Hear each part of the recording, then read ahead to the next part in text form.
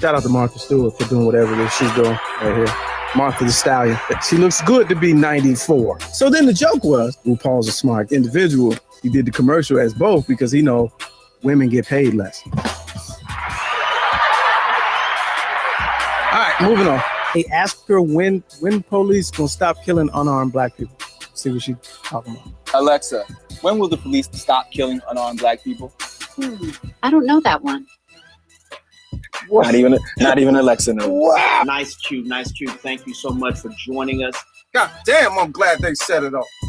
I said I never had lunch with the president. Is there a story that you can tell that's just so unbelievable, to the point of what black people are dealing with the criminal justice system? And I'm prepping my guy to testify, and he's on the phone. I'm like, hey man, how often do you clean your eye? This is how you prepping them. You tell them we're gonna have to pluck that eye loose. I'm gonna tell them I'm gonna have you take the eye. You had the vision and the foresight, knew that the shops was gonna close down and this business was gonna take off. Your interview is next week, man. It's Mike interview, man. So having traveled the world, though, having traveled the world, what advice would you give him as a new business owner with his own brand? People think that the daiquiri is like like that really frozen pink, like really sweet drink that you get like on South Beach. Yes. But the traditional daiquiri is actually just rum, lime, and sugar. Super simple. No, I did not know that. So, but I do think that this notion that the retelling of our history is about telling it that America's some terrible, horrible, horrifying place that we should hate. I don't think that's not only do I think that's wrong substantively, I don't think it's useful for black people. I can't see myself voting for Joe Biden. I can't see that. That's the only reason. That's the only reason. I was a Manhattan prosecutor for 5 years. I see the caseload on the right. Yeah. That's like when you watch it, cold case, and they're like, we'll bring in the files. And they bring in those joints instead of the desk. I quit. White Mike has a question today, and that's this. How come when you turn on the radio, the only people on the radio that talk about how great it is to kill each other are black? That's layers right there. It's layers because we're talking about a system. Trauma is a system. Let's go back to that one time when I played basketball in Cuba.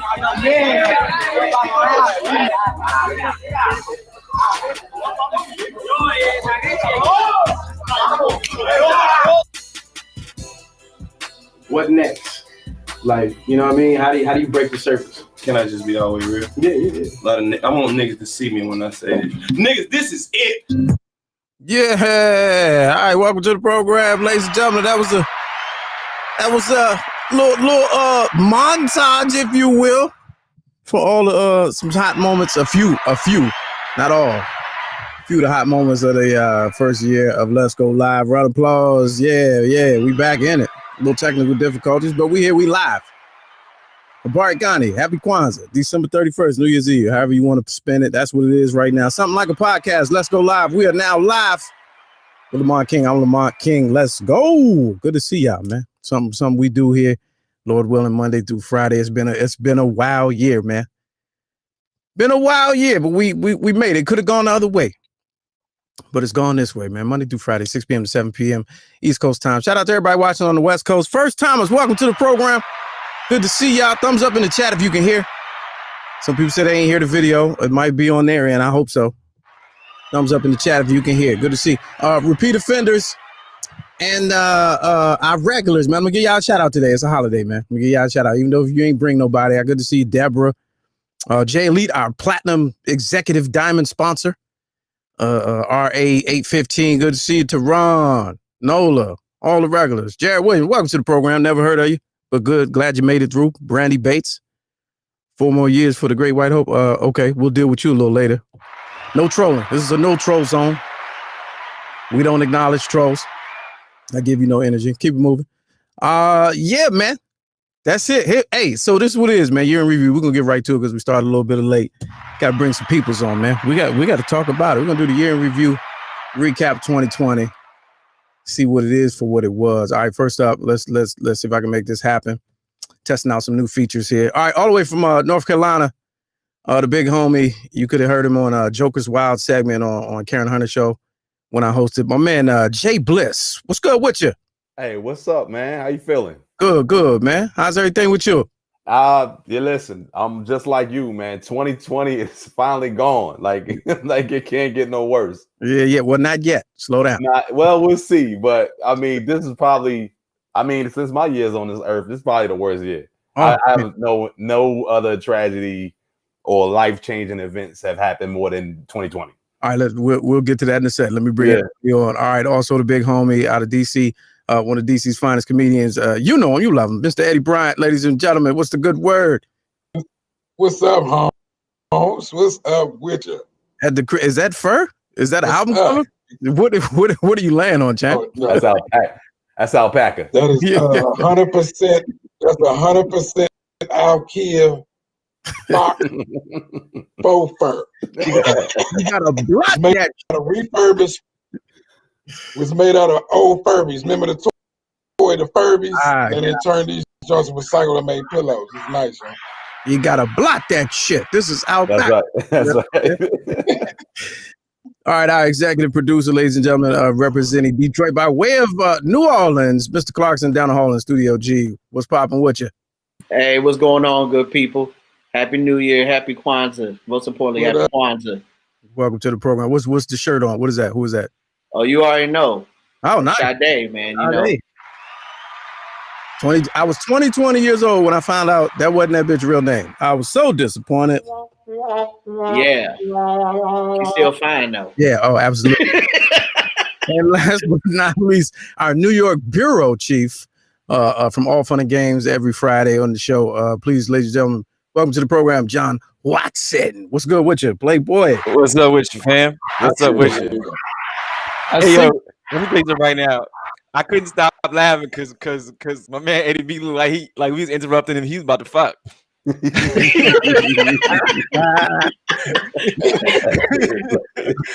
the hell is this calling me? Oh, shorty, that dude was laid all the way down. He came in sexy as fuck. He just pushed her out the way at the last second. Hold on, baby. I'm going back. Hold on, shorty. Hey, what's going on? Let me do this podcast real quick. I get back to you in a minute, Slim. Gotta go to more pressing issues.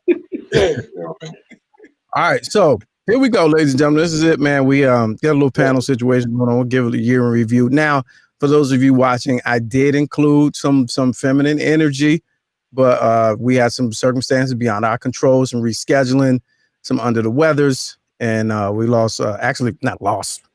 Take that back. But three of my invitees had to back out. So this is what we got. So we're gonna roll with it, man. All right, let's start it off, man. Let's start it off. Let's talk about it, man. 2020, man, the year that was. So I watched. I don't know if y'all seen.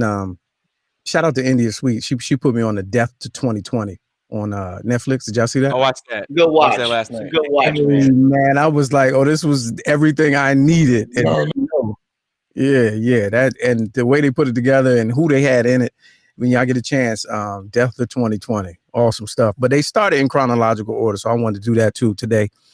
Just kind of get your hot takes. We're gonna go, round robin.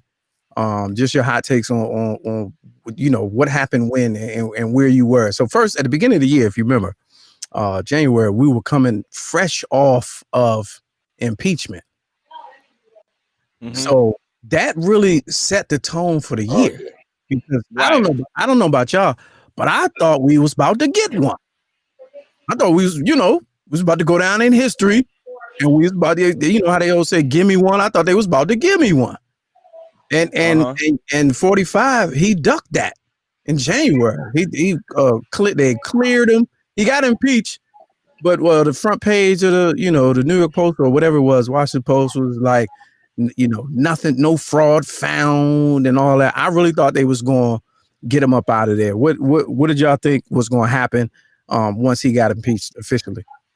I knew that the Senate wouldn't pass it. I mean, because they didn't have the numbers. Correct. So, I mean, you can get impeached, very much like Clinton got impeached. But, when you got the numbers favor you in the Senate, you can be impeached at the House. Get to the Senate be like, all right, well, on paper, you're impeached, but you still keep your job. Now, had people voted, we had the numbers, he'd have been gone. He'd have been out. He'd have been gone. So, yeah. When that I fool saw Trump stood up, like. Go ahead, John. Go ahead, John. I saw Trump like your favorite scene in the Matrix, where Neo docked every shot, every punch. Oh yeah. Back like so. And when he came out of it, he rose like a horrible orange phoenix that he is, and grew even more powerful by you know what I'm saying? A burnt because bird. people, because all of his followers and all of the other naysayers, they stood behind him, and he got even stronger behind it, man. It was, I think he almost wanted it to happen because he knew what was going to happen, Ed, when you saw that take place, did you see material coming out of that? Could you have foreseen that? Well, I liken him. Tupac was sitting in the wheelchair all shot up, and you thought it was about to be over, but he come swinging, make all eyes on me, and that right for this joke. He just leveled all the way up, held his agenda, and kept his job. Like, let me go the rest of this shit that I didn't steal. Right. And now we here. Terrible. So then we move into February. February was kind of we at the end of the month, January. They say what January 26th or 28th or whatever was when we first started hearing about the coronavirus. Right. Officially. Now I've been seeing some stuff, and I kind of remember, if I think back, like I know people that had something in December, and it was probably, we find out later that it was probably that. But I remember when they was talking about there's the first plane load of people that they evacuated from Wuhan, and we're gonna watch this plane land. And I'm like, well, wait a minute, why are we watching this plane land unless y'all got something up y'all sleeve? You know what I mean? Like, when was the last time we watched for people to get off a plane that had a deadly disease? Last time they did that was Ebola. They tried it with Ebola, it didn't work. But this one, man, it out of nowhere. They tried to say, cats was eating bats, and then somebody contaminated the water supply. I thought it was a hoax. In the beginning, yeah. I thought just like the Ebola, pre, he's in there, niggas gonna stay home. But it was the COVID thing or after that. So it was actually the Kobe thing was after that, because Kobe was after. Because Kobe died January 26th, and when Kobe died, and then of course how we find out later how everybody found out, that was the part that sucked for me, and I was like, oh shit, here we go. I knew something. It kind of let everyone know, oh no, this is about to be a fool. So that's absolutely one of those. Where were you when you found out Kobe died? Like, and for me, I think it was Twitter, which is a blow. To scroll past and see that, because you can't unsee it. Now you're like, wait a minute, if it's on Twitter, you know what I mean. First thing I checked was TMZ. I was like, wait a minute, I'll go right to TMZ. Like, let me see what TMZ said, and that was their first story. They was the ones that broke it in the first place, right? Right. But when I saw it on Twitter first, I saw a comedian say, y'all heard that Kobe died, and I was like, man. And then I went to TMZ, and then they confirmed, like they were saying that died in a helicopter crash, and I was under the whole, they didn't went too far this time. Right. I was on that whole went too far this time, and I was in denial. I was in denial with Kobe the same way I was in denial with Michael Jackson. I can't front. This year has been such a trip with all the things between. Think about the day Kobe died up to now. That, like, I literally thought about for not even for the 10th purposes of this show, but I just thought about it randomly. I was like, yo, Kobe died this year, yo. Yeah. You know what I'm saying? You almost forget about it. Yeah, and I went right back in my feelings. I was like, yo, that was a really crazy, hard feeling day. And I was like, yo, it's been so washed over at this point because so much other wild stuff has happened in between then and now, and I almost refelt it. You know what I'm saying? Because like how tragic it was. You know what I'm saying? Like you think about it again. A father of 4 gone, couple other parents and children gone, a 13-year-old kid, a couple other kids, like all in the same one shot. Yeah. You know what I'm saying? And like, you know, within a month, that was washed over by everything else that happened in the country. When you go back and look at those headlines, right, of the Super push our threshold of Kobe and the Super Bowl, when you look at those headlines, underneath those headlines, first story they talk about is coronavirus. Yeah. Wow. And people are like looking past it, like anyway, you know, and they're telling you in that story how serious that virus was. Like, you know, when celebrities pass away and they go, all right, well, what's gonna knock them out the what's gonna knock them out the headlines? You know what I'm saying? What's gonna keep them losing their thunder? It was coronavirus. Like within a month, you were like, oh yeah, Kobe died, but what the hell's going on? We gotta stay home. What it's to the point now where I see the little commercials or whatever, little tribute joints, and they'll show Kobe and his daughter or whatever, and it looked like it was 10 years ago. Right. It was like, damn, I forgot about that. I forgot that. Right. And really, that really aged. I had 3 birthdays this year. Yeah. Absolutely. Absolutely. I've had 3 birthdays this year. I think I'm old as without and you, I'm a whole grandfather. I don't even got no kids. I'm a whole grandfather. And you haven't been able to go out for none of them. They were all right. They were all at the crib. But yeah, the Kobe. I had a theory about the Kobe thing. I talked about it earlier this year, man. I really feel like we're in a time, one of them time split reality joints. I think that event kind of shook up the space-time continuum, and we went in another direction. You know what I'm saying? And because unreal. Like before that, it was okay, and after that, it just went to shit. Like everything. Immediately. Like it didn't like, you know, kind of gradually like a roller coaster, tick, tick, tick, tick, tick. It was like, bitch. And that's like literally how it immediately just happened that quick. And that's the problem.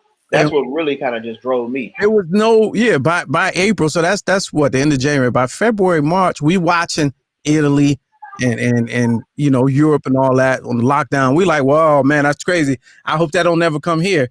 You know what I'm saying? Not realizing that shit was right around the corner. Right. But it should have been handled. Like the thing about it was, I look at it now. I don't know if there's anything we could have done that wasn't going to stop the numbers from coming here. You know what I mean? Like coming here. It's just, you know, everything shut down. I mean, people are so tired of being in the crib. Like I'm tired of being in the crib, but we've been confined to our houses for a good 10 months now. You know what I mean? And it's like, correct. And it's almost getting to the point where people are starting to realize this might be the reality of what it is. And everybody keep trying to deny it. Right. And still trying to live a normal life. And that's what keep making the numbers spike up. I'm like, yo, stop being hard-headed. In the beginning, Italy was doing numbers. Like, oh, absolutely. Weird numbers. Like how? Like 700 people a day died. Yeah. And then I seen in China, they was, you know, disinfecting the streets. Oh, you know, yeah. They were smoke bombing the streets. Yeah, literally holes in the streets now. And then it was like, I was like, well, we could do that here. Like, we could do that here. They should have did that. No, man. This is America, Jack. You ain't gonna smoke bomb my streets, goddammit. Man, they could have did. Goddamn, you come out right. of the smoke machine in my they might send a mosquito truck down a street in South Carolina, but they ain't going to disinfect no streets in New York. Like, it's not going to happen. You know what I'm saying? It's not going to happen. No. They about to roll like that raid bomb and roll it down the streets of Southeast real quick and be like, y'all good, fam. Enjoy yourself. They're not having that. So by April, we were completely shut down. We watching each other, watching the world. You know, global pandemic. Inside, Netflix binge watching. I never knew Netflix was so flicky until April. I got to the end of it. I got to the end of Netflix. Back in I beat level 21. Yeah. Oh yeah. Yeah. The villain, the boss at the end. You Who's want to keep watching? You know what I'm saying? I beat the boss and everything. Yep. Like before May. You know what I'm saying? It was just it I was was on Netflix so hard. I hit up, down, left, right, BAAB to see the secret Unlock- Netflix new shit. I had to content. unlock the other new shit. I tell you what I got mad about is when Netflix was like, "Do you want to still watch?" I was like, "I ain't got nowhere else to go. Don't ask me that shit no more." Yeah, Yes. just keep playing. Yes. Just run that shit. Oh, so you gonna judge me? You just gonna assume that I'm not watching just because I've been running the same shit for the last 10 hours? Terrible. Don't make my decisions for me, fam. That's what I'm doing right now. Well, you know, everybody's become like a certified TV and movie critic. Yeah, because they've watched so much Netflix. So everybody, you know, and then you know the spoilers and people talking, and you're like, "Yo, you know, chill. Let me watch the rest of this." You know, understand what I'm saying? Yeah. But I remember What you binge? What y'all binge? in the beginning, I did I had to catch up on like simple shit because I didn't watch a lot of TV. So I did like Greenleaf. We did Greenleaf in the beginning and ER. I never watched. I'm gonna tell you what turned it upside down for me was what turned it upside down for me. I got caught up in documentaries, right?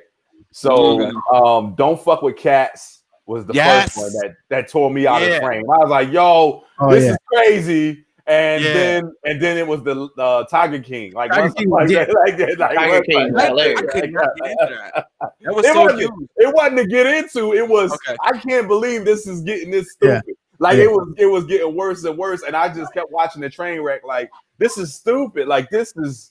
But I think it was for me though. It was good though. Like I watched all of them one night. Like it was highly entertaining. Like White Trash for me is highly entertaining. And that is my favorite form of reality entertainment. Yes. You know what I'm saying? And I just couldn't.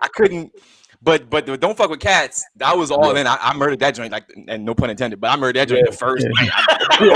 Listen, so when I turned it on, I was doing some old, you know, snacking. You know what I mean? Watching like the first scene, and I was like, "Yo!" I'm like, "What?" And I lost my mind like when the first 10 minutes, and then like I got caught. Like people was calling me. I'm like, I can't talk, yo. Yeah. I was like, go watch Don't Fuck with Cats. And they're like, what is that? I was like, go watch it. Go watch it right now. Yeah, I didn't see it, so now I got me something to watch. Well, you ain't seen it, man. Listen, no. If Law and Order SVU was a real life joint, it was cool, right? It was cool, but it catches you off the intro. The first one. Yeah. Like, where's this even going? And then you in it. But I think the overlying, and I won't spoil it for you, Mr. Clarkson. Like the overlying issue is don't mess with white people. Don't think white people won't go as far as they can possibly go to get you. You know what I'm saying? Like don't ever think when Karens are mad and they want you, they gonna get you. They gonna get you, yo. It's not gonna be. Why does that need to be on their shirt? When Karens are mad, they will get you. There's only a couple things I'm afraid of in life. And one is the police, 2 is gang members, and 3 are white women with dogs. Like I got a fear. Like but when in some weird 2020, those are all the same person. If you yes, right. Speaking of Karen, then we had the issue with the actually on the same day, May 30th, with the Karen in Central Park harassing and assaulting the bird watcher, weaponizing 911 against the brother, and that played out weirdly, you know, on Twitter. And, you know, we saw a couple days later, he forgave her. He didn't want to press charges. He just want people to stop seeing color and all this other shit. And who would know that in that moment on that same day would kick off the wildest summer since 68 or since 92, because George Floyd was murdered the same day, half a country away. And then we arrived at the summer of civil rights, of systemic racism, brand new. Who'd have thunk it? Because fresh out the box. America didn't know it existed. No, man. Who knew? It took an 8-minute, 20-something video to see the police killing a man, unflinching. Well, they found a new way. They found a new way to show America on what's happening to us, right? And then there was still people that don't believe it. You know what I mean? Still people that don't believe that it's possible that the cops are killing us, right? Mm-hmm. Right. So now that the George Floyd thing happened and it's all kind of out of the way, and people like, all right, we've seen what happened. They're gonna have to find another way. It's gonna happen again. It's gonna continue to happen. Who got to find another way? What you mean? They're gonna do it again. Like there's still the non-believers. You still have the people that's arguing the other side. That's saying, well, he shouldn't have been using counterfeit money, or he shouldn't have been doing this, or he shouldn't have been doing that. He should have just listened to the cops. Well, if he was listening to the cops, it still don't justify him putting a knee on his neck for 20 minutes. Yeah, you know what I mean? Well, I'm about to say they just did it the other day. They just in Columbus, Ohio, they just got another one. Well, they did. Yeah. They find a way to keep doing it, and also around the same time in the spring, Ahmaud Arbery, right? Breonna Taylor. So it was really it was like a powder keg for something to happen, and I'm gonna tell you why. And my theory was proven. The reason why we took to the streets is because there wasn't no sports. The first time in history that it wasn't sports. Yeah. First time in history. And I'm talking about in recorded. Think about this, right? I was doing the research. In recorded history. Never have you had a stoppage of sports. And I ain't talking about pro basketball. I'm talking about stoppage of competitive athletic competitions. Period. Right. All ages worldwide. You've never had that. Right. And you compound the fact that outside had been closed. Right. You know what I'm saying? Outside was closed for like, I don't know, 4 to 6 weeks at that point. Right. It just ain't no outside. So you give people a reason, a justifiable reason to go outside on top of that. Right. It was bound to happen. Man. I went out. I don't know about y'all. I went out one time. For research. I went for research. Yeah. I wanted to see what was really good. And so I went out a couple of times, here in DC. And I will say this much, that the energy was something that I never felt before. Oh, yeah. Whereas I definitely felt that there was an urgency, that everyone was mad. Like it was like 20-something, 50-somethings, 70-somethings. Everybody's out there and everybody's mad and everybody's yelling about the same thing. And it really felt like this was going to be the cornerstone moment where everything was going to flip. The other thing that was really disturbing, because where Black Lives Matter Plaza is, the White House, the fence in front of the White House was damn near like a fortress. Those walls were so tall that I was like, are you serious? This dude really thinks that it's about to go down. And then a couple of times I felt like I hate this is gonna sound crazy. That was the safest I had felt around with police around in a minute. Like I was like, y'all not, when I was down there and it was police, I was like, y'all not gonna try nothing. Right. It's too y'all ain't gonna try nothing. You talking about police? You saying the police wasn't gonna try nothing? They wasn't gonna try nothing. I didn't feel that way. See, I definitely, because it was daytime. Oh yeah, I was down there at night. It was a little different. Okay, so there's a different. now we've gotten to the most important part of the question. I felt like they were ready to try everything. I they working on maneuvers, tacticals. They corralling people down certain streets. I was like, oh, this is everything you see in the movies. This they finna practice on your ass. Yeah, but my problem wasn't the cops. I didn't go down. I've done my civil disobedience, if you will, and my fear was not police, none of that. The way my COVID situation was set up, I was like, y'all can have all this close proximity shit all y'all want. I'm not doing it. You know what I mean? I went the other way with it, and I went financial with it. You know what I'm saying? I set up monthly donations for NAACP and what's the other joint? I'm slipping because I'm sipping. But Urban League. Yeah.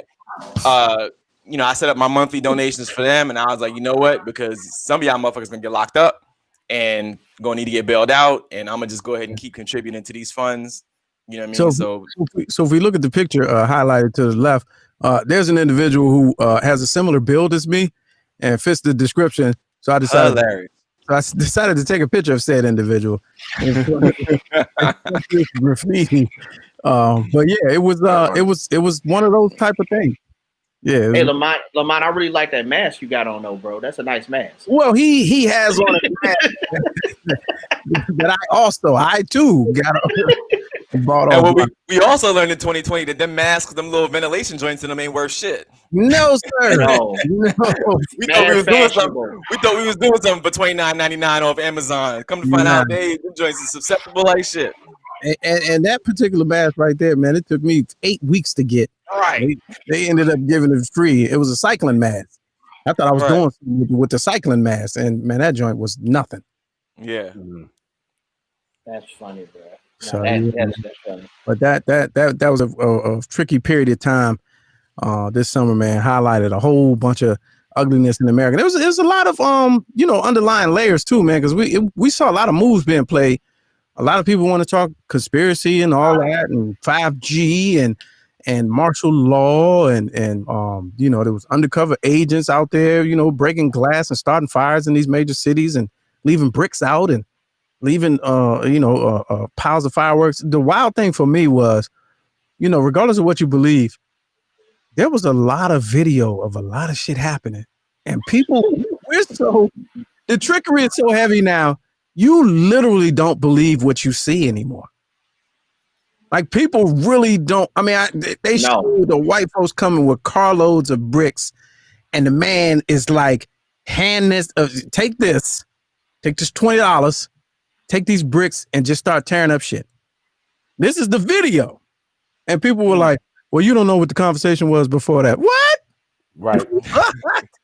What is you talk? Like, there's really a move being played out, on a national stage in front of us where we being played. And it happened like the entire summer. And then we come out of the summer into the fall, and there's people that still don't believe that racism exists, and that they was up to tricks all summer. I think this actually started off my new business plan, which I'm calling "Let Me See the Before" video. And what I'm saying is that "Let Me See the Before" video is literally about to be my new app. So what it is, that as soon as you get born Black in America, we just gonna start recording everything that you do.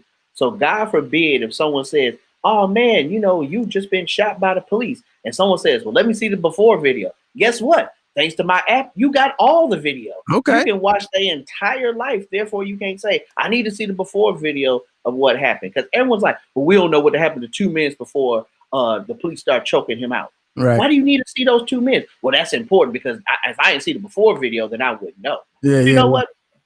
Like Netflix, Hulu, all video. So you saying, like, as soon as you're born, you get the circumcision and they slap a police body cam on your little bib? Soon as it goes, goes, ride that thing out. It's right. It's right on your. It's right on your onesie. We not too far, man. With this vaccine, they got nanotechnology. It might come equipped with the camera. But no, you buying it through me, and I'm you trust me. This is a government. Okay. I'm saying it's a yearly subscription.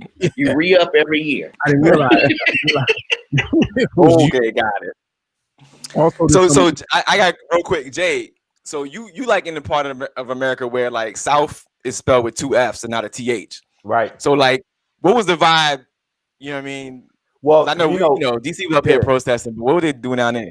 Well, North Carolina, man, like we wasn't too far from a year ago where we were doing the same thing already with the guy that got killed by the cops in Charlotte. So it was a constant thing. It's like, all right, we doing our annual protest, right?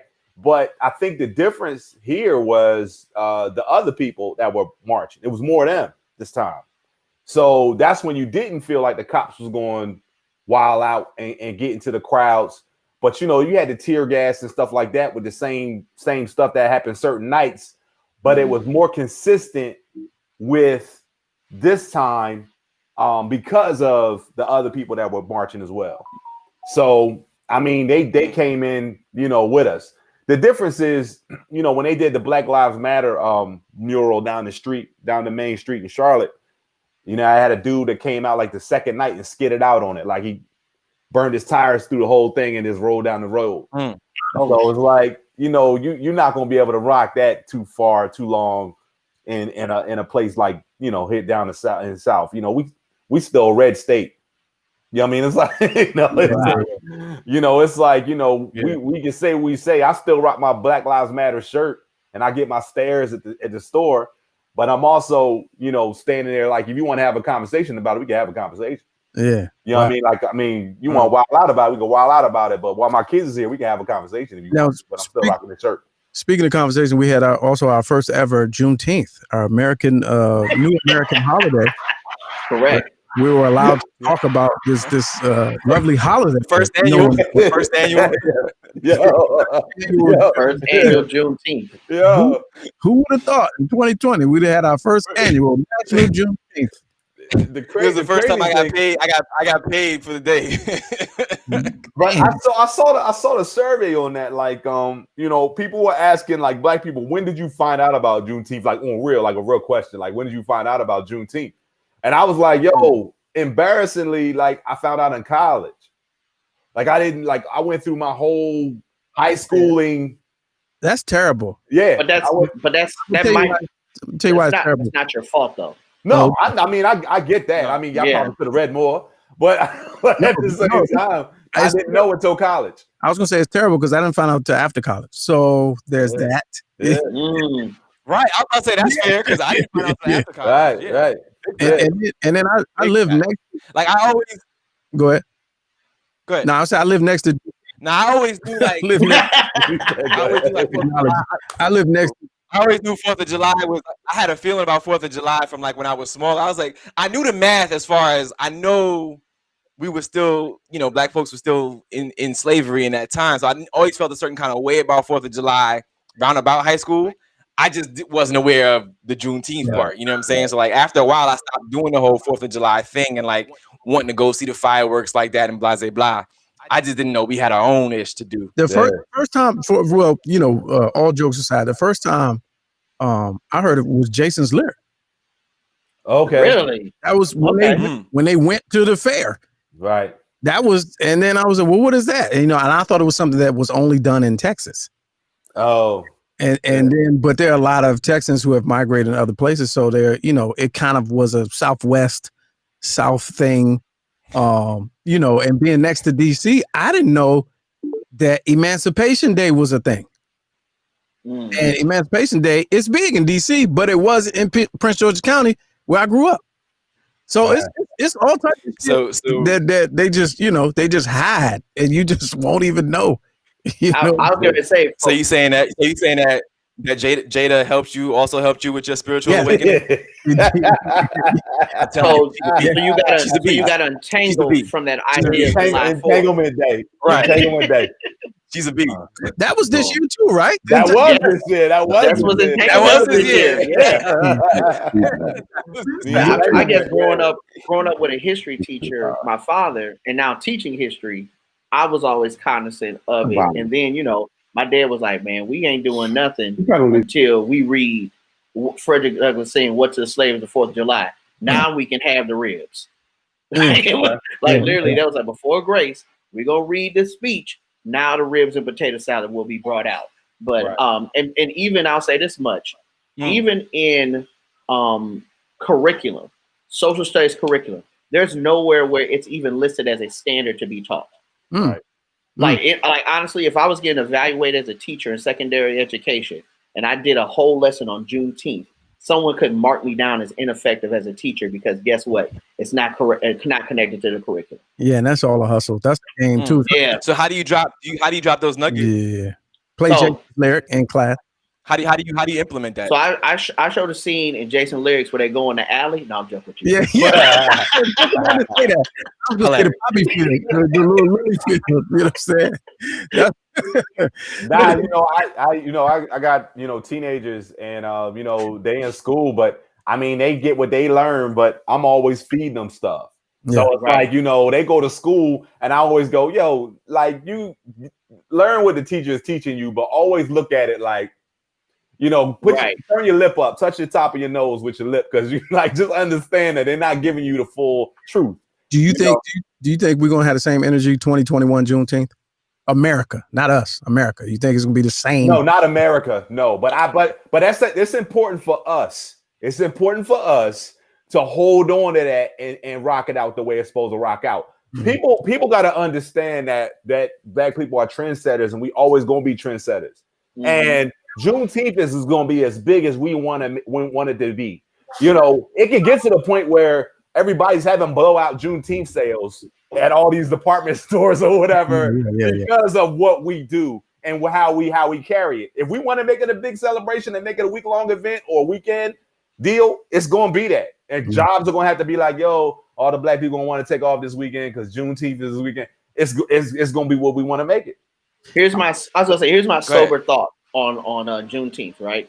My sober thought on Juneteenth is the following.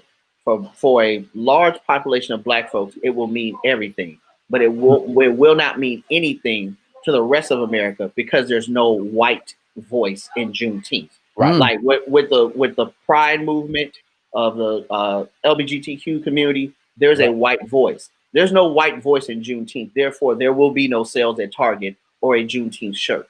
So that's why I think that's what it's all about for me. I agree with that. I mean, we go all the way back to, we going past 2020, but it's still relevant. Like the Colin Kaepernick thing, when he first took that knee, if there was a white quarterback starting in the NFL that had kneeled the same time, it would have been a whole different conversation. There was though.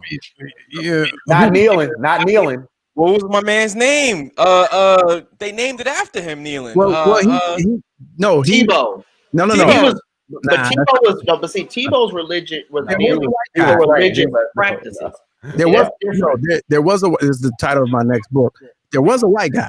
But it wasn't Tebow. It was the guy that he consulted with.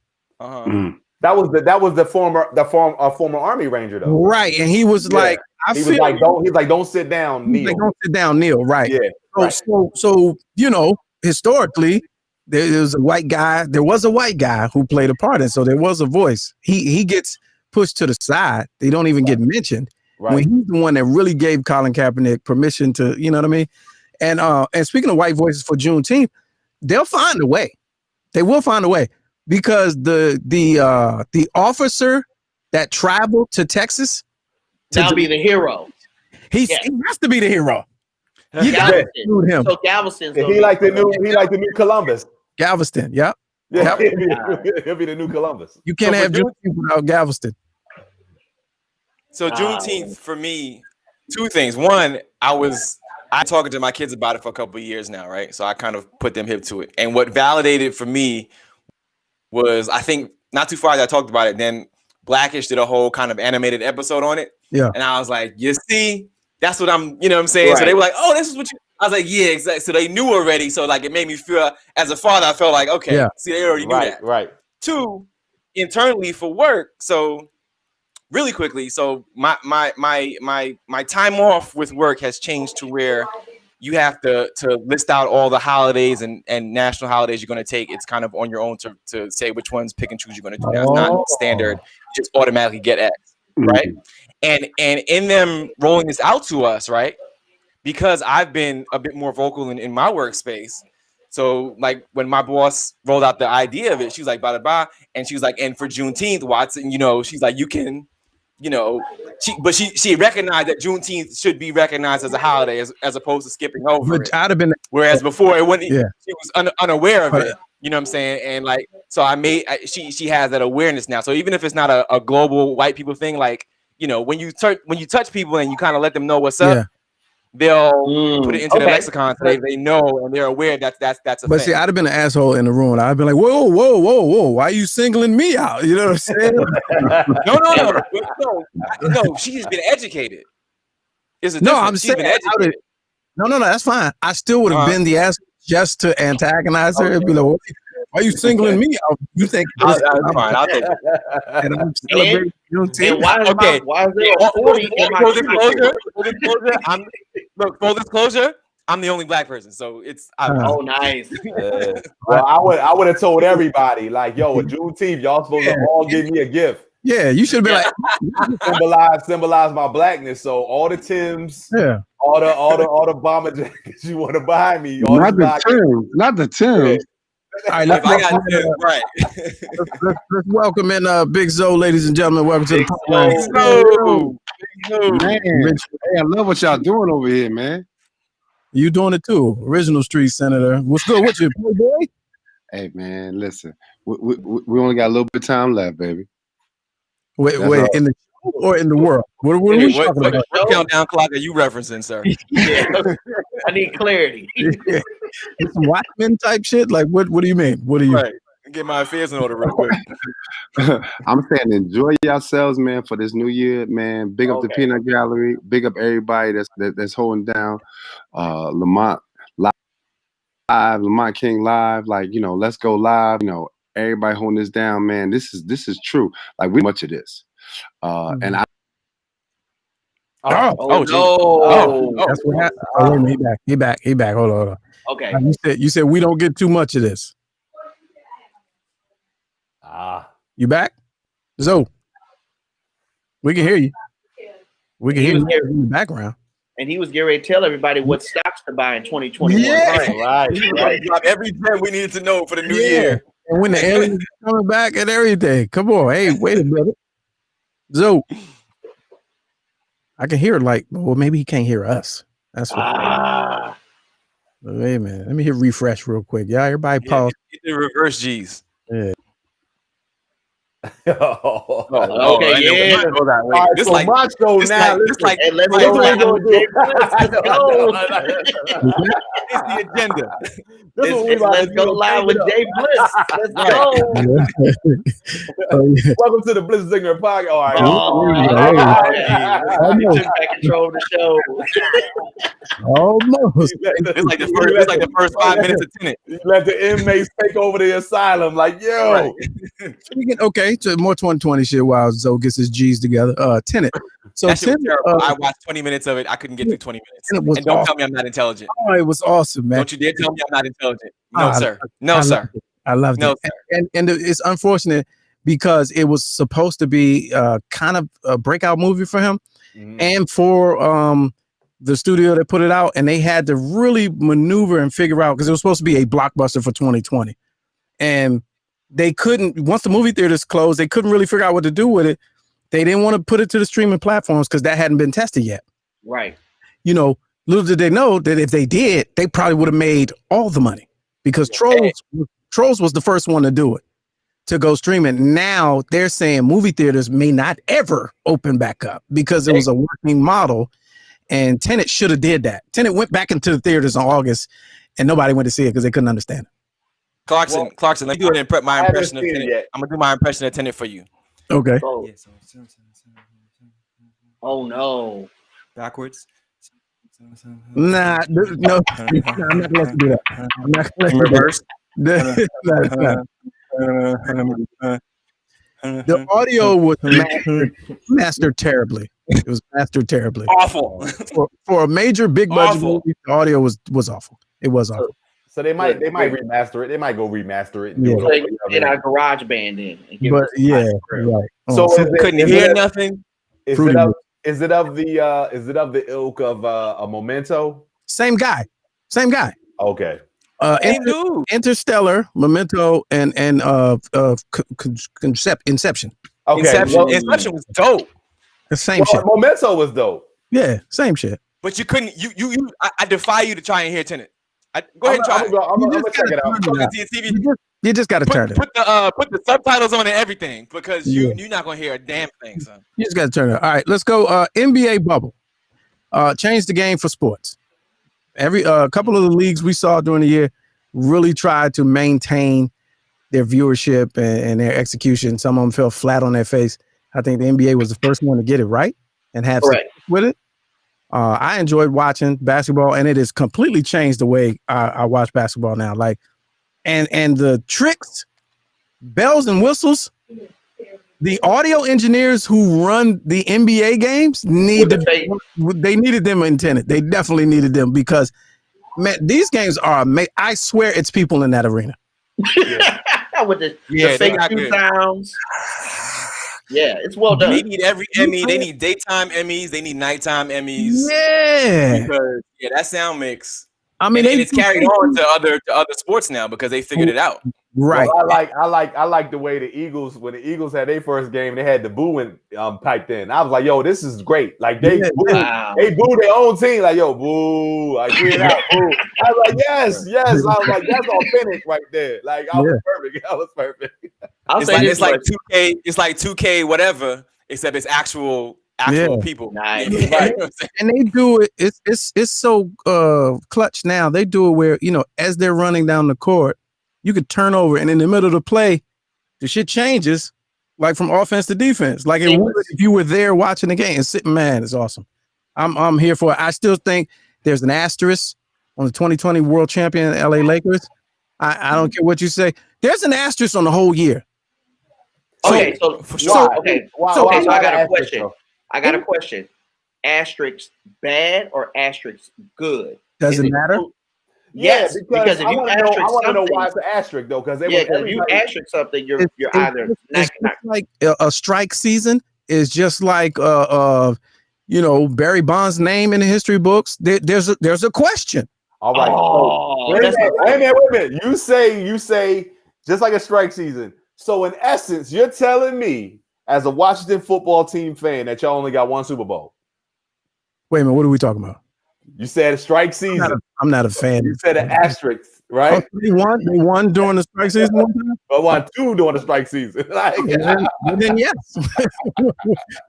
Yes. Okay. It was shortened. It was under question. Things were history. But everybody dealt with the same thing though. It wasn't advantage for the Lakers. I'm gonna challenge you on this a little bit. Okay, this is my pushback. If anything that the NBA bubble showed was who really loved basketball. Yes, because it says for 100+ days, if you're gonna be in win the championship, you gotta be in this bubble. You can't see no family. You're gonna miss weddings. You're gonna miss births of children. This is how it's gonna roll. Like think about so Alex Caruso, right, who played for the Lakers. He skipped his own sister's wedding. Hey fam, I ain't coming to see that. I'm trying to win a championship. And in retrospect, Lou Williams was like, I'm this close to Magic City. I got to see some legs and breasts. Right. Yeah. And then Eddie House. Eddie House was like, hey man, I need to sneak in this jump off. I know where my wife is, but I need her. So I think that mentally it tested athletes' fortitude more to be in the bubble. Because see, when you're doing the season, you get to sleep in your own bed, you get to be around your family, you want all those comforts. Well, I feel like this season challenged, like to me, you got to see who really loved basketball. So when they went to a bubble, I was like, oh, LeBron got this. Because out of everybody in the bubble, he loved basketball the most. It's gonna be easy for him. The end. If you talk, like, think about it, bro. If they put you in a bubble, okay, and they say all you got to do is get up, eat this top 5-star Michelin food, and do this show, it'd be the greatest show in the world. But you got to deal with all this other stuff. No, man.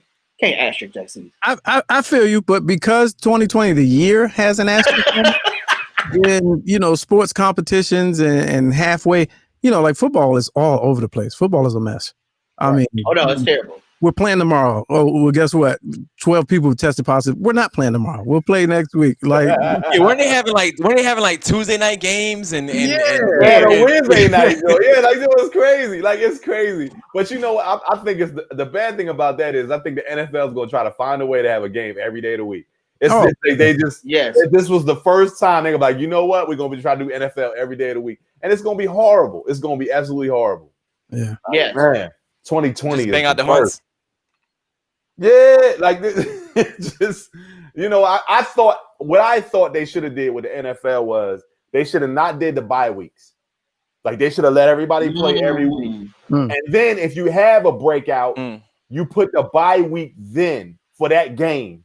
So you go, all right, this game was supposed to happen. They tested positive, and then all the bye weeks are backfilled at the end of the season to utilize if needed. And just let you play your 16 games and then that's it. That bye week thing is what messed everything up. Okay. I thought what messed everything up is that you had grown men tackling each other and coughing in each other's face. Yeah, well, that could have been that could have been it too. That too. And then run to the sidelines and put a mask on. Yeah, I don't after you even- tackle somebody. Oh, you know, Watson tackled What someone for a they loss. still had people coming in to view those games in person for a little while, didn't they? Yeah. And they're back to having a lot of those games back in person. Right. All right, and then so which brings us to the end of the year, the election season, which was really, really tumultuous. It's not really much more we could really pontificate on that we haven't already talked about. Well played. As far as elections, so that I don't even want to dwell on that. I want to get into some from you, gentlemen. What new skill or personality trait did you gain during quarantine, during 2020? I personally, I did a lot of DIY, self-taught, YouTube University. Classes are enrolling now. Whatever major you want, you can double major, you can triple major, you can skip classes, you can drop out classes, you can take a full load.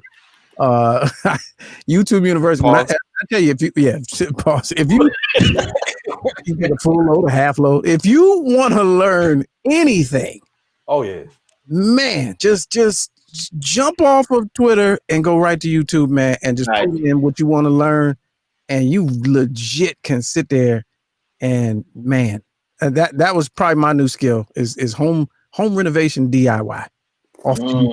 Mine probably was mastering the air fryer and Instant Pot. Okay. I'm something like Gordon Ramsay. With them shits. Like anything you name, I can fix that shit in an Instant Pot or air fryer. And I mastered making collard greens in 20 minutes. In the Instant Pot. In the Instant Pot. we got a new one. I got to figure out 20 minutes, a whole pot of greens in 20 minutes. And I was like, yo, this is the shit. Like, you can't tell me nothing. Now, are they tender and chewy, or are they crunchy like the white folks? If you want them more tender, you put them in longer. Okay. I like mine a little firmer than most, but I like 20 minutes. But if you put it in for 25, you're gonna get them a little bit softer. But my approval rating went through the roof when I gave it to my mom, and she said, "Yo, where you get these greens from?" I'm like, "Oh, your boy, nice. like your boy." Like, yeah. So that was what I think I mastered over the pandemic. Yeah, I definitely, I like, cooking is my little, getaway, you know what I mean? So I'll look up some recipes real quick. I guess I spend a lot of alone time. So I did a lot of Googling of debating. So, being alone, and so I became a master debater. Yeah. You know what I mean? It's a lot of my alone time, so I became I'm a master debader. You know what I'm saying? Like I can debate shit out by myself. That's y'all didn't look up. Y'all didn't do that on okay, whatever. Nice walk up, gentlemen. Hey, we're here tomorrow at 6. We're here tomorrow at 6. Hey man, $ Lamont King 06. Yeah. If that ain't worth the cash app, that's nothing I can do, bro. That was a brilliant walk. Watch it now. Easily. Good. All right, Mr. Clarkson, what new skill or personality trait did you come away with? I'm sorry, man. Y'all gonna make fun of me, but I've become a Negro that likes brunch. I love it. I like brunch. Yeah, I love brunch. But I mean, but it's over. They killed the brunch. Brunch. No, I'm talking about homemade. Oh, brunch. at the home. Oh, yeah. So I done got kind of crafty with it. Where the last thing I made, I went egg battered bread with crab meat and cheese, grilled cheese sandwich. Okay. With homemade fries and debris. Like, no one cooks like that for real. But now it's like I got all this time on my hand. I'm like, yeah, Chef Boyardee up in here, man. Holla at your boy. Like, I'm really going after it. So I would say brunch and brown liquor have become my new things of the quarantine time. The quarantine. So when you can come out a full grown man with brown liquor, and before you wasn't even. But now you just everything brown. I always love brown liquor, but I'm now going after hidden gem bottles. Like, man, you should try this, or man, you should try that. So that's been the thing, and I feel like because of having more income, well, having additional income because I'm not out. I'm like, well, why not, man? I'm gonna buy this bottle and see what it does. So You know what's wild about that? I thought I was a good cook. Now I'm a better cook. I've cooked so much. We started going out a couple months ago, like back to the little local spots to have you eating outside or whatever, just to get that taste back. Nothing is as good as I make it. No. You snobby with it. No, but I started making things like at restaurants. Right. That's real. And then start nailing the recipe. I go to the restaurant to get it. Terrible. Not the same. Big facts. Not the same. Big facts. So the one thing that thanks me about my ability to now make food the way I like it and all that is my account, because I realized how much money we were spending on other people making our food. You know what I'm saying? That like I did all kinds of tiny DIY and hired DIY stuff because I'm like, well, all this go out money. Yeah, sitting here chilling. You know what I'm saying? That we ain't have to jump into the reserves to buy the supplies because I ain't been going out nowhere. Yeah, making my own food. My favorite items that had like what I would have thought were mystery ingredients, like a super special sauce. Man, I found every ingredient in the refrigerator already. That's been sitting there open, and just put them bitches together and slathered them on some air fried wings, and it was like, oh, this the shit that they be having at the place.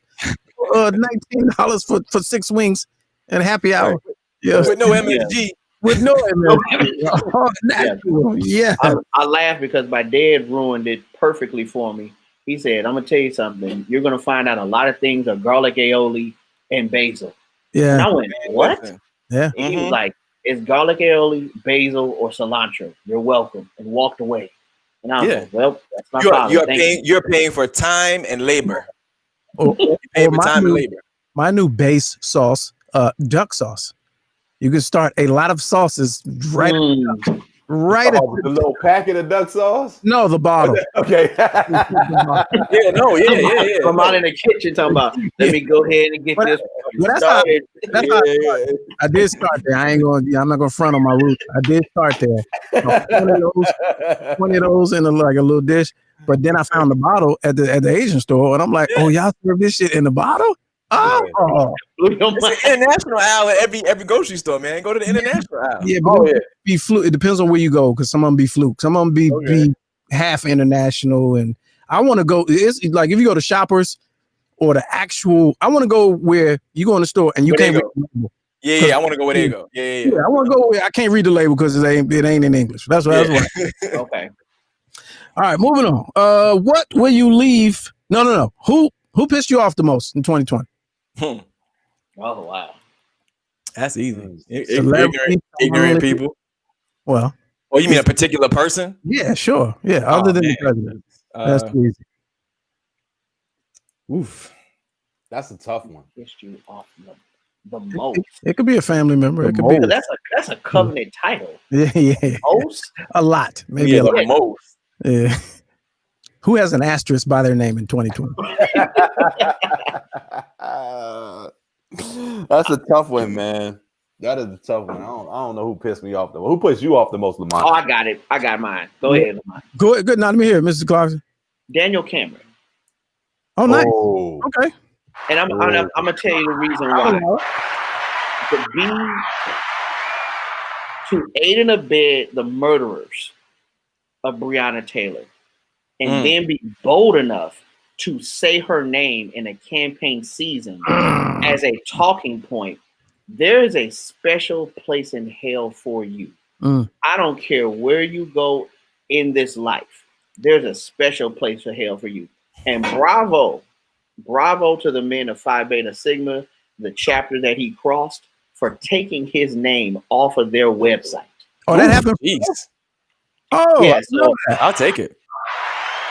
That's hardcore.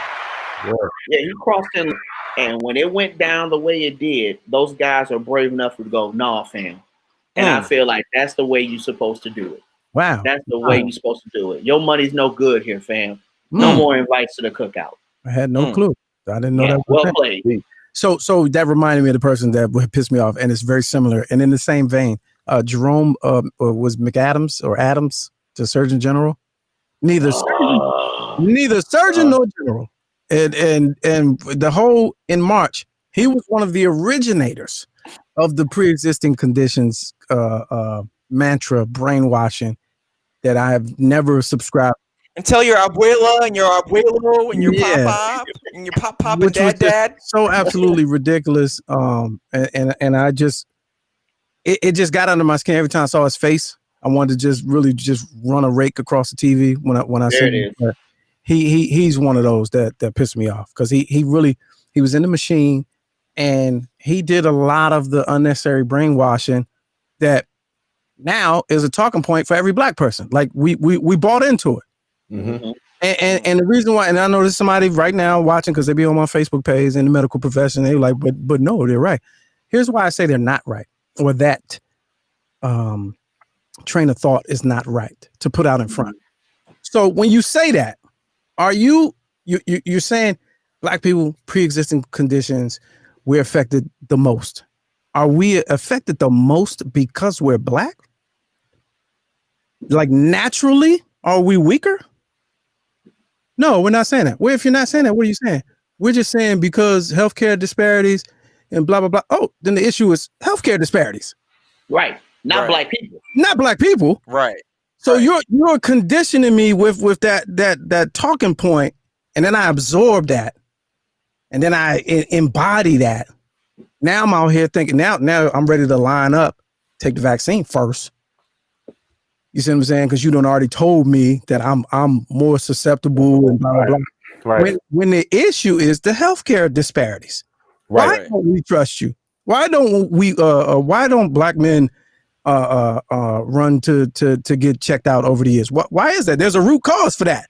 It ain't because they black. Mm-hmm. I really felt a way every time he got on TV, and it pained me to see that talking point just go to the moon, and people no pushback. Because I always had this argument. I don't want to get too heavy.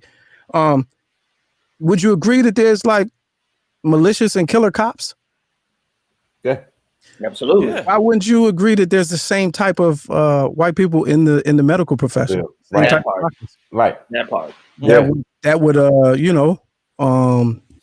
need to give up your bed. So they, Absolutely. So I had that. It was that thing for me. So it was Jerome Adams for me. Right. It was Jerome Adams for me. Adams, whatever the hell his name is. All right. Mine was Ice Cube. Oh, nice.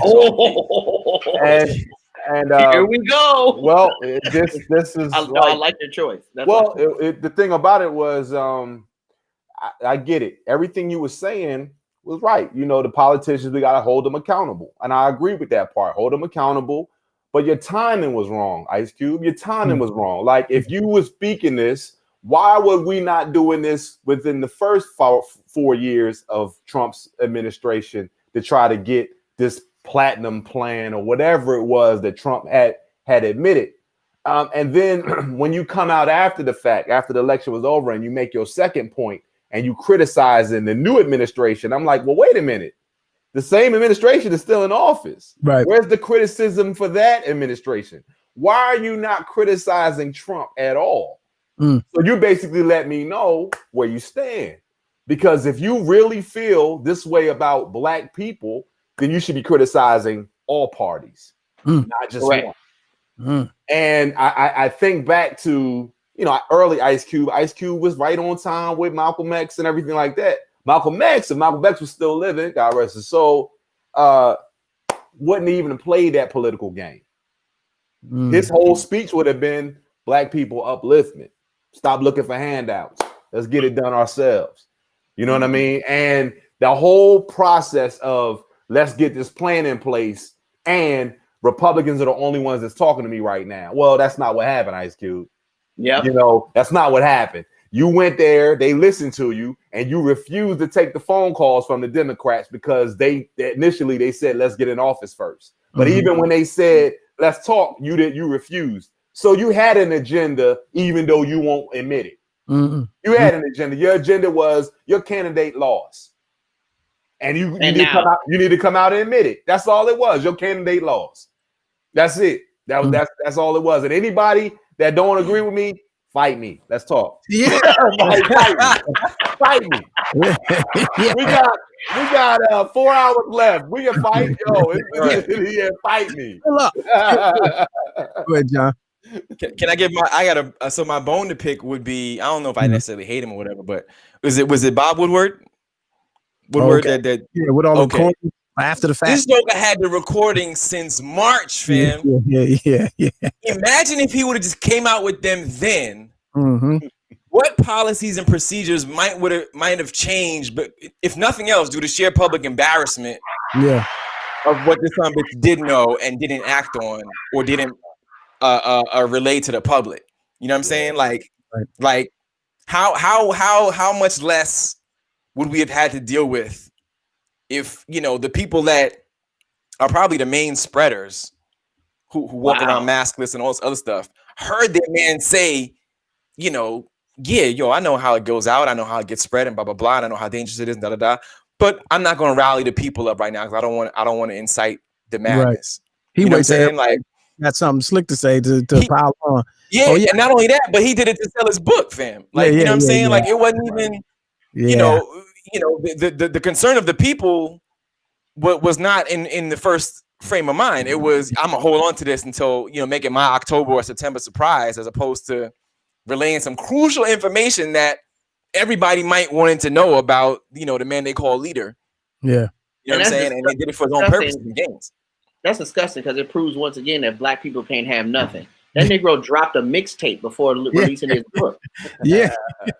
That's the new marketing, though. That's disgusting. That's all right. And finally, who surprised you the most? Who surprised you the most this year? If it's a different person. This could be positive. We can end on a positive note. Yeah. Who surprised? You know what? I'll go first since I went last. Okay. And just because it popped into my head and not gonna toot my own horns, but I'll just say in general, I think kids surprise me the most. Oh, nice.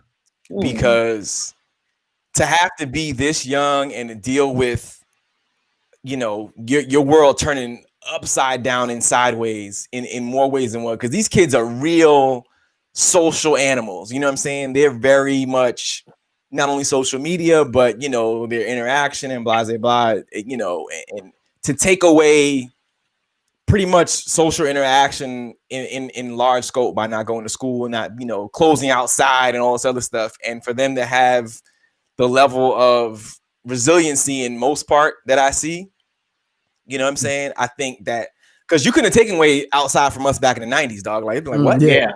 Ain't no outside. Yeah. You know what I'm saying? Like, are you like, what am I supposed to do? You know what I mean? Like, and I'll speak for my kids. Like, they just go like, dog, I'm not trying to. Nope, I'm good until it's figured out. I don't, but we'd have been like, wait, what? Like, I can't. So for them to have that level of any ability to adapt to homeschooling and virtual this and mask wearing and all this other stuff, you go outside, you see, 2-year-olds with masks on. You know what I'm saying? Nothing.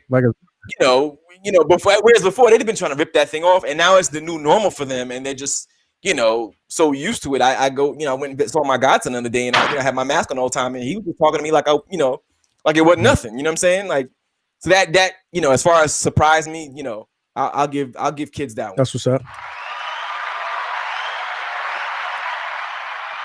Mr. Clarkson? I'm gonna go. My biggest surprise is black people. Wait for it. And their opinion. Wait for it again. On Kamala Harris. There was a time when nobody was cutting for Kamala Harris.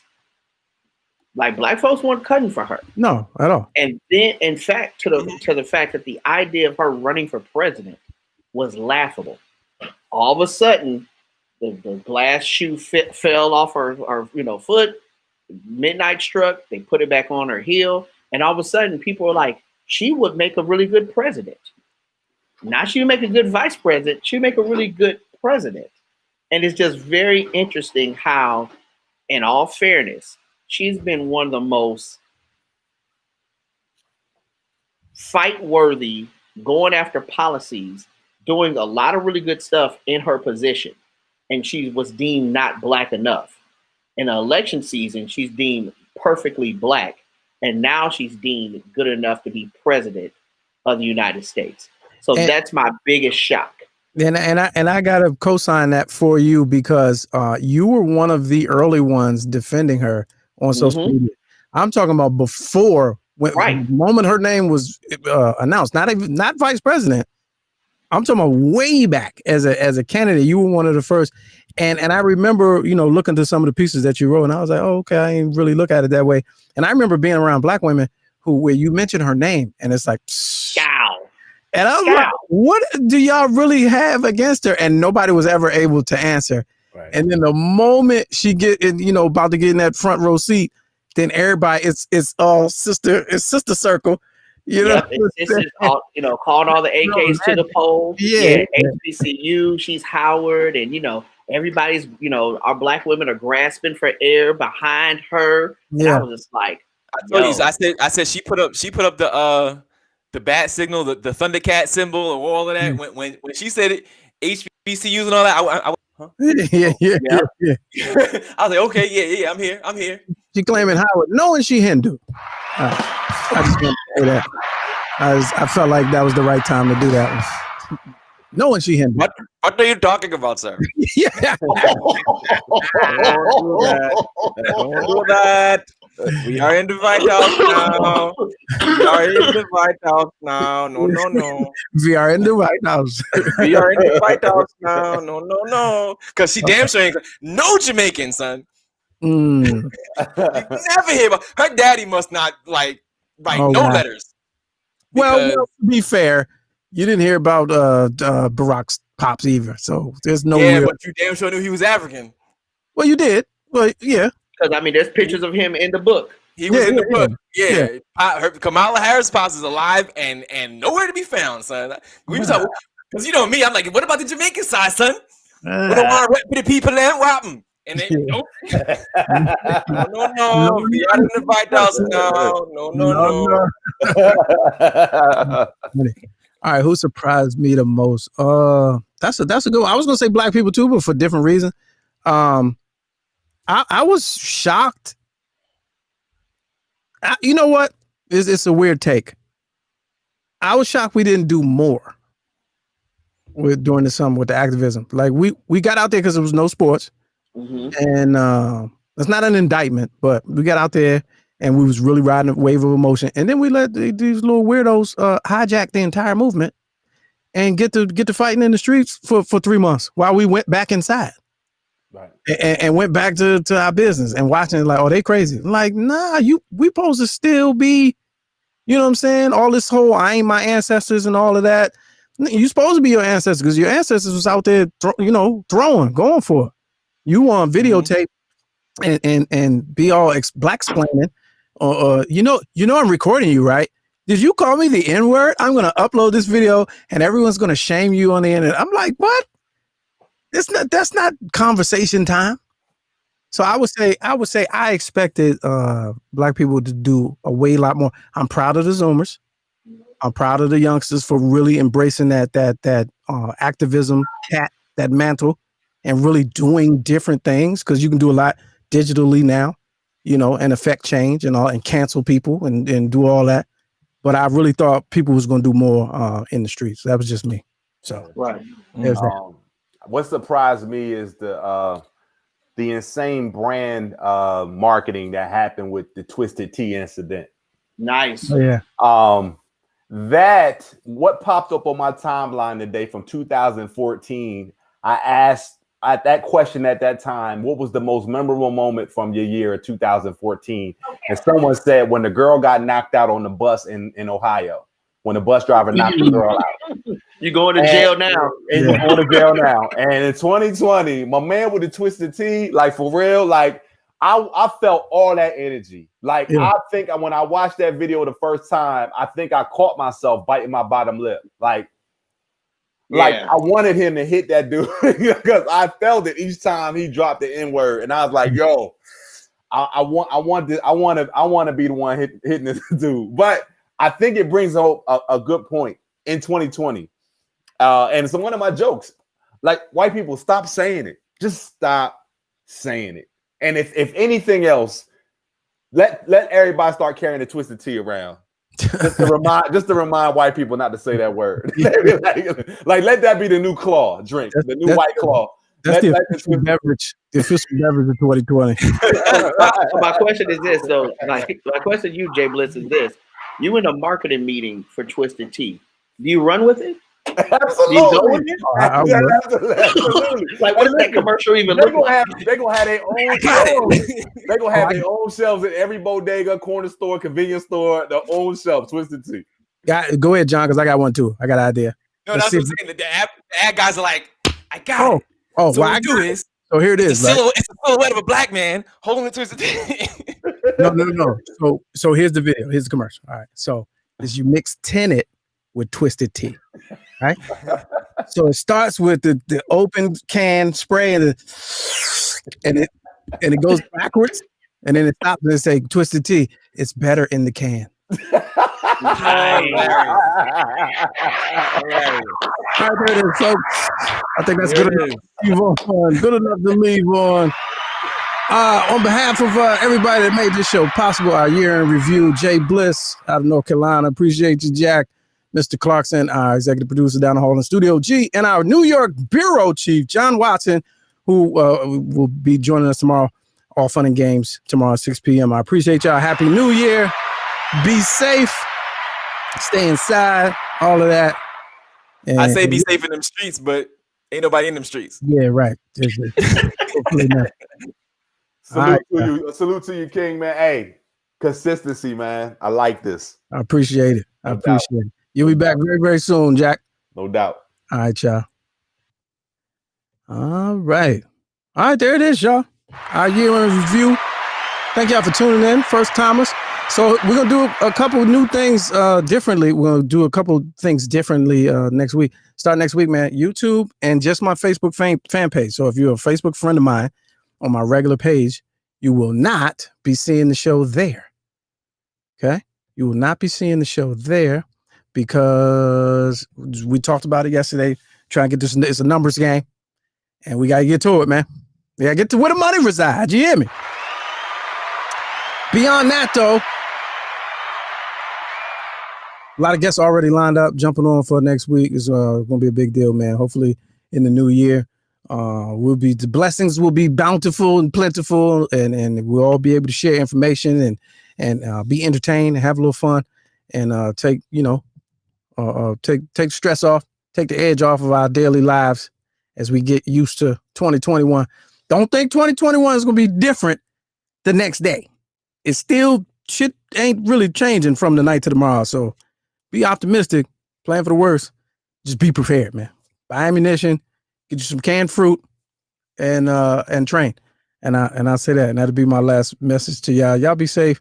Appreciate y'all. Feel free to donate. Help this operation keep moving. Everybody, let's see, Deborah, Drunken Fruit, number one sponsor. They still selling. They ain't gonna stop selling. So shoot them an email if you got questions. Deborah, West Coast Peoples, Cutie Pie, good to see you. C King, Alpha Papa said, "What up?" Jay Lee, our platinum sponsor. Let me see. Did you get my message for Alpha Papa? Probably at some point. What'd you say? I'll tell him you said what up. Fireworks been popping here in Georgia for over an hour. Oh yeah, get ready. All right. I think that's that. Yeah, year in review without talking about our outgoing chief. For why? Why would I? All right, that's it, man. Let's play my jingle because I didn't get to come in with it. We did something different. I just like the song.